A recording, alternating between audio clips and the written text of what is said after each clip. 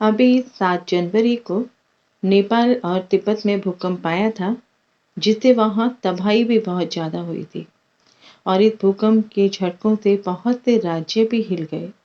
बहुत से राज्यों में इन झटकों को महसूस किया गया था और जैसा कि मैंने लास्ट वीडियोस में हरियाणा और गुजरात का नाम भी लिया था, वहां भी बार-बार भूकंप के आने की खबर हम सभी को मिली थी। यहाँ तक कि दिल्ली एनसीआर में भी इन झटकों को महसूस किया गया था। ऐसे में मुझसे ये सवाल पूछा गया है कि दिल्ली एनसीआर के बारे में मेरी कैलकुलेशन क्या कहती है? क्या दिल्ली एनसीआर सेफ जोन में है? और अगर है तो कितना? और अगर यहाँ भूकंप आता है तो कब और कितनी तीव्रता वाला होगा? तो आज इस वीडियो में मैं अपनी ज्योतिष विश्लेषण के द्वारा ये बताने की कोशिश करूंगी, तो वीडियो के अंत तक बने रहें।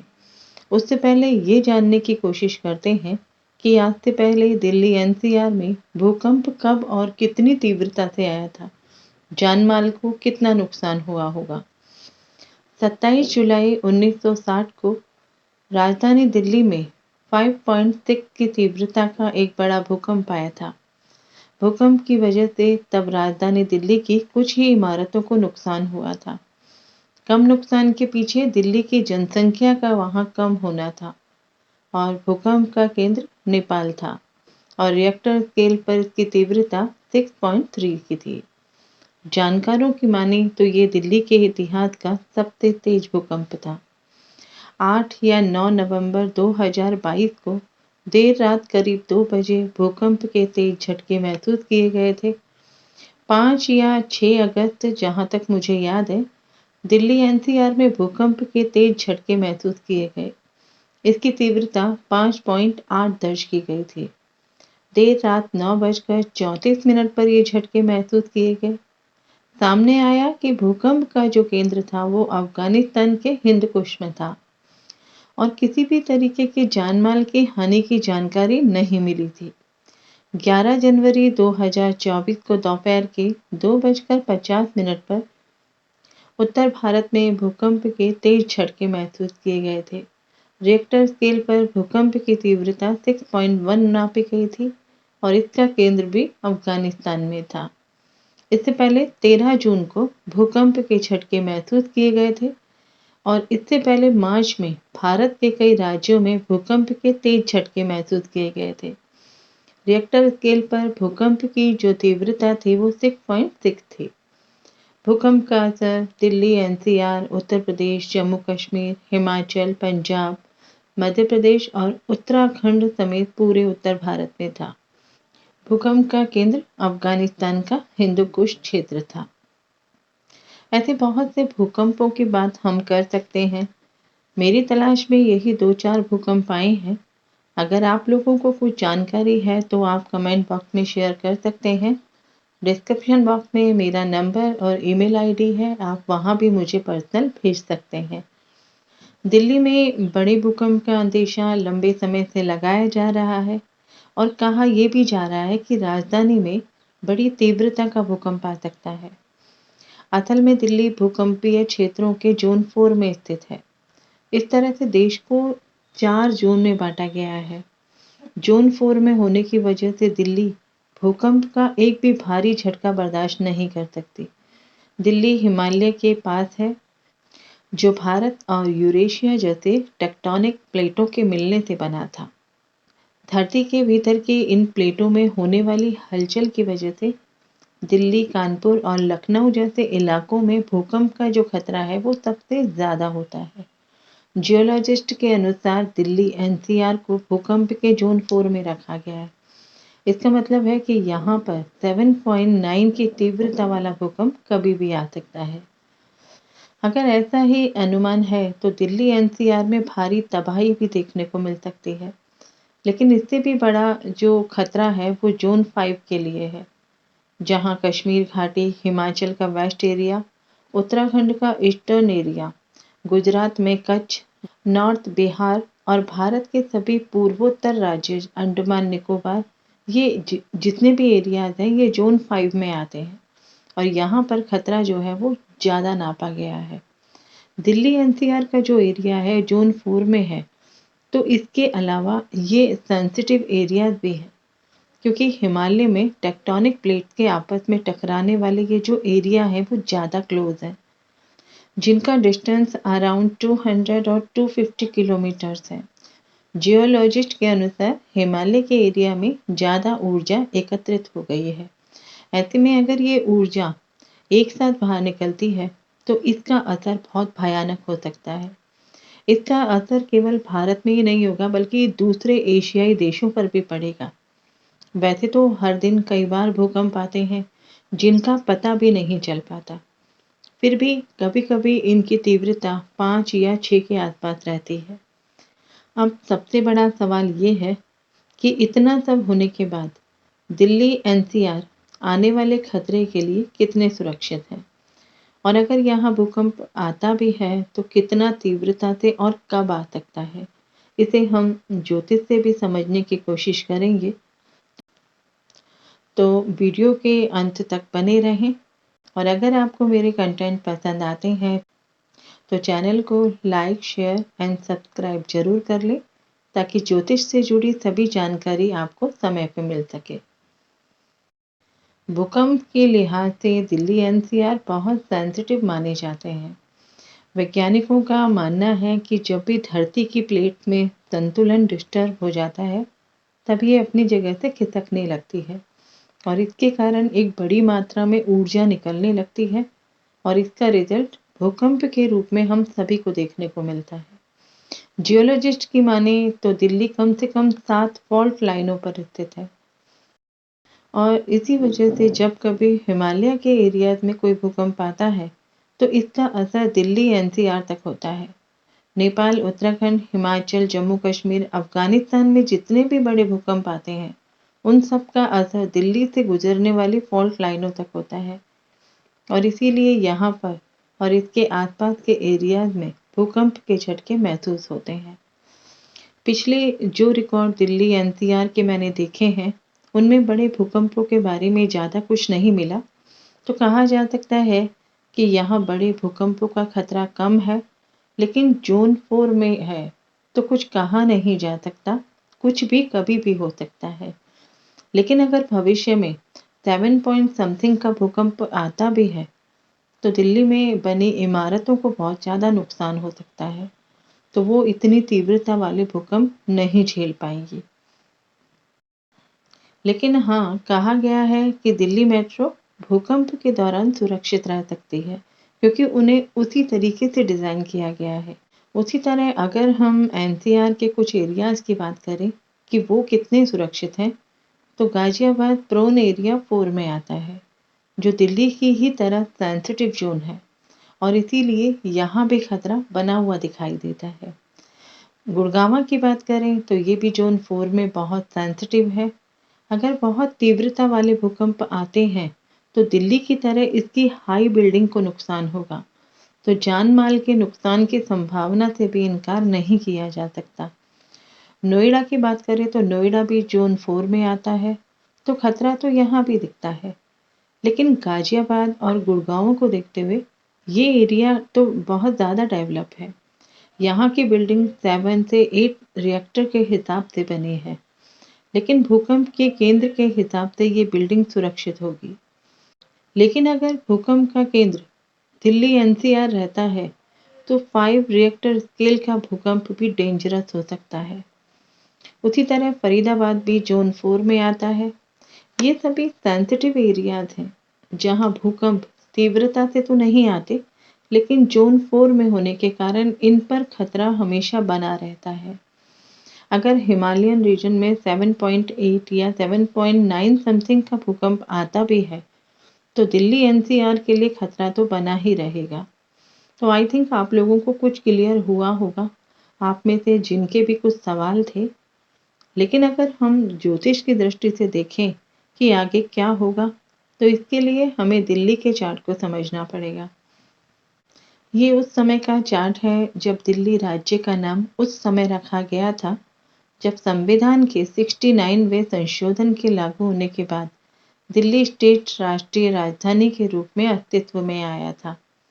तुला लगन के साथ दिल्ली का ये चार्ट बनता है, जिसका लगन लॉर्ड वीनस, लगन लॉर्ड के साथ साथ 8th लॉर्ड भी है और 3rd हाउस में है 10th लॉर्ड मून, राहु और मार्केश मंगल के साथ में। यहाँ लग्न की डिग्री 6.49 है, जो राहु के स्वाति नक्षत्र में है और लग्न पर केतु और 4th 5th लॉर्ड स्वग्रही शनि का एस्पेक्ट है। लग्नेश शुक्र और सप्तमेश मार्केश मंगल साथ में है 3rd हाउस में और दोनों की ही डिग्री में काफी डिफरेंस है। लेकिन यहाँ 10th लॉर्ड मून भी है, जो वीनस की डिग्री के बराबर है। यहाँ एक पॉइंट आप नोट कीजिए, यहाँ यूरेनस और नेपच्यून भी है धनु राशि में और मंगल जो मार्केश है वो यहाँ यूरेनस और नेपच्यून की डिग्री में फंसा हुआ है, यानी 21, 22 और 23 डिग्री में ये तीनों हैं। वीनस, मून और मार्स ये तीनों ही ग्रह राहु केतु के एक्सिस में है। साथ ही यहाँ पर 3rd लॉर्ड और 6th लॉर्ड वक्री जुपिटर का भी एस्पेक्ट है 11th हाउस से। तो ये जुपिटर तुला लगन के लिए वैसे भी अकारक होते हैं। 2015 से इसी 10th लॉर्ड मून की महादशा चल रही है, जो नवंबर 2025 तक रहेगी। इस मून की दशा में लग्नेश अष्टमेश वीनस का पीरियड अभी चल रहा है, जो मई 2025 तक रहेगा। वैसे तो ये समय दिल्ली स्टेट के लिए कैसा रहा है हम सभी जानते हैं, लेकिन हमारा टॉपिक अर्थक्वेक को लेकर के है, भूकंप को लेकर के है। 3rd हाउस में लग्नेश अष्टमेश शुक्र, सप्तमेश द्वितीयेश मंगल, दशमेश चंद्रमा और राहु ये चारों शुक्र के ही पूर्वाषाढ़ा नक्षत्र में है, जो उग्र क्रूर नक्षत्र होता है और जिसका एनर्जी लेवल स्पेशल होता है। और इस नक्षत्र की जो एनर्जी है वो एक निश्चित प्रकृति की होती है। 3rd हाउस में राहु के यहाँ होने से स्थिति बहुत भयानक लग रही है। यहाँ जो भी होता है थोड़ा हटकर होता है, चाहे मौसम की बात कर लो, राजनीति की बात कर लो। ऐसे में नेचुरल कैलेमिटी भी अपने रूप में आने को तैयार रहती है। 3rd हाउस अष्टम से अष्टम है और अष्टम भाव को हम भूकंप से भी जोड़कर देखते हैं। अभी अष्टमेश वीनस की दशा है मून की महादशा में। 3rd हाउस में धनु राशि भी है, जिसे 6th लॉर्ड और 3rd लॉर्ड जुपिटर भी अपना एस्पेक्ट दे रहा है। तो भारत के पूर्वोत्तर या नॉर्थ ईस्ट एरिया में भूकंप आने की संभावना अभी भी है, जिसमें अरुणाचल प्रदेश, असम, मणिपुर, मेघालय, मिजोरम, नागालैंड, सिक्किम, त्रिपुरा ये 7 सिस्टर्स के रूप में देखे जाते हैं। और यहाँ भूकंप जो है वो तीव्रता वाला भी आता है, तो इसका असर दिल्ली और एनसीआर के क्षेत्र में भी आता है। वैसे उत्तर पूर्व जोन वी या 5 का जोन माना जाता है, जहाँ पर बहुत तीव्रता वाले भूकंप आते हैं, जिसमें जम्मू कश्मीर, हिमाचल प्रदेश का पश्चिमी भाग, उत्तराखंड का पूर्वी भाग, गुजरात में कच्छ, उत्तरी बिहार का हिस्सा, भारत के सभी पूर्वोत्तर राज्य और अंडमान निकोबार ये सभी हाईएस्ट रिस्क वाले एरियाज हैं। इसीलिए यहाँ कोई भी एक्टिविटी होती है तो दिल्ली एनसीआर पर इसका असर बहुत ज़्यादा पड़ता है। यहाँ लग्न में गुलिका है प्लूटो के साथ। लास्ट वीडियो में मैंने बताया था कि प्लूटो को यम का नाम दिया गया है। इसको नवनिर्माण से भी जोड़कर देख सकते हैं। कोई बहुत बड़ा नुकसान होकर फिर से किसी चीज़ का निर्माण होना, ये सब प्लूटो से देखा जाता है। ऐसे में लग्न में गुलिका के साथ होने से दिल्ली पर भी खतरा दिखाई दे रहा है। जब कभी हिमालय रीजन में बहुत तीव्रता वाला भूकंप आता है तो दिल्ली एनसीआर को भी खतरा हो सकता है।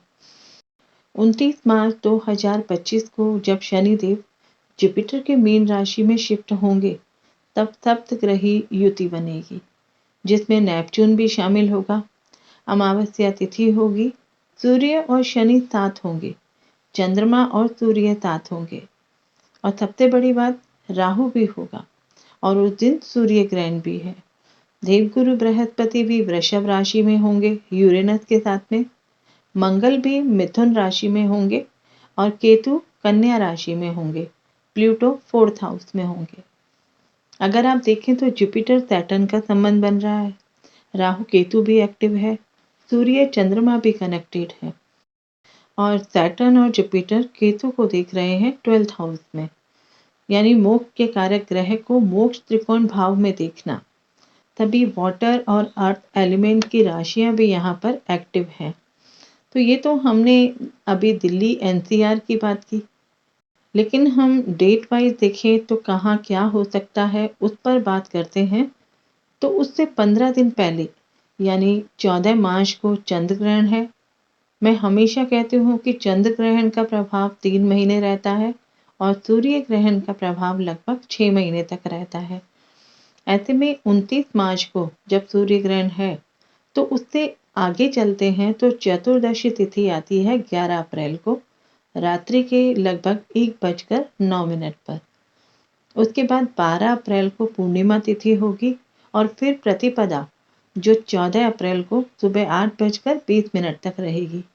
हालांकि तब तक सूर्य चंद्रमा राहु केतु के मैलेफिक एक्सिस से बाहर हो जाएंगे। तो जो भी घटना का जिक्र अभी मैंने किया है वो 11 या 12 अप्रैल को होने की पूरी संभावना है, क्योंकि इस समय मीन राशि एक्टिव होगी। उस दिन सभी outer planet Pluto, Uranus, Neptune सभी एक्टिव होंगे। लगभग सारे ग्रह जुपिटर, मंगल और चंद्रमा के नक्षत्र में होंगे।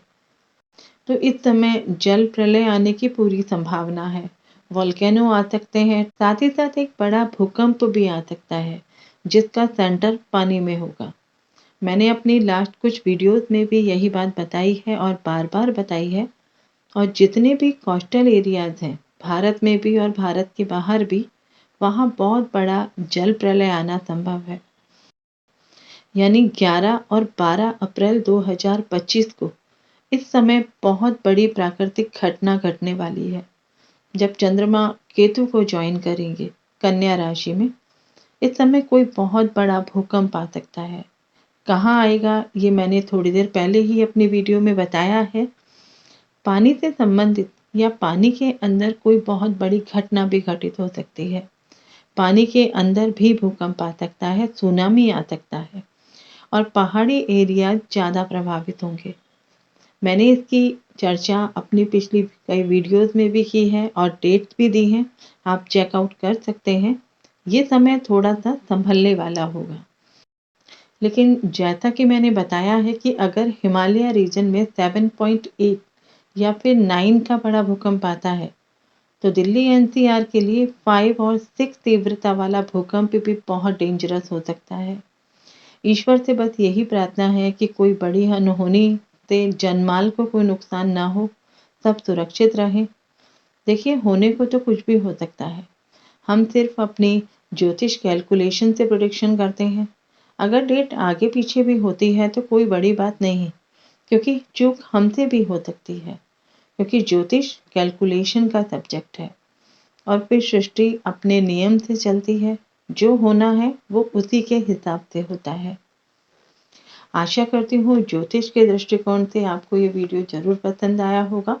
तो इसे लाइक करें, शेयर करें और चैनल को सब्सक्राइब जरूर कर लें। मिलते हैं ऐसी ही ज्योतिष की अगली इंटरेस्टिंग जानकारी के साथ। तब तक अपना और अपने परिवार का ख्याल रखें, सुरक्षित रहें। जय हिंद, जय भारत।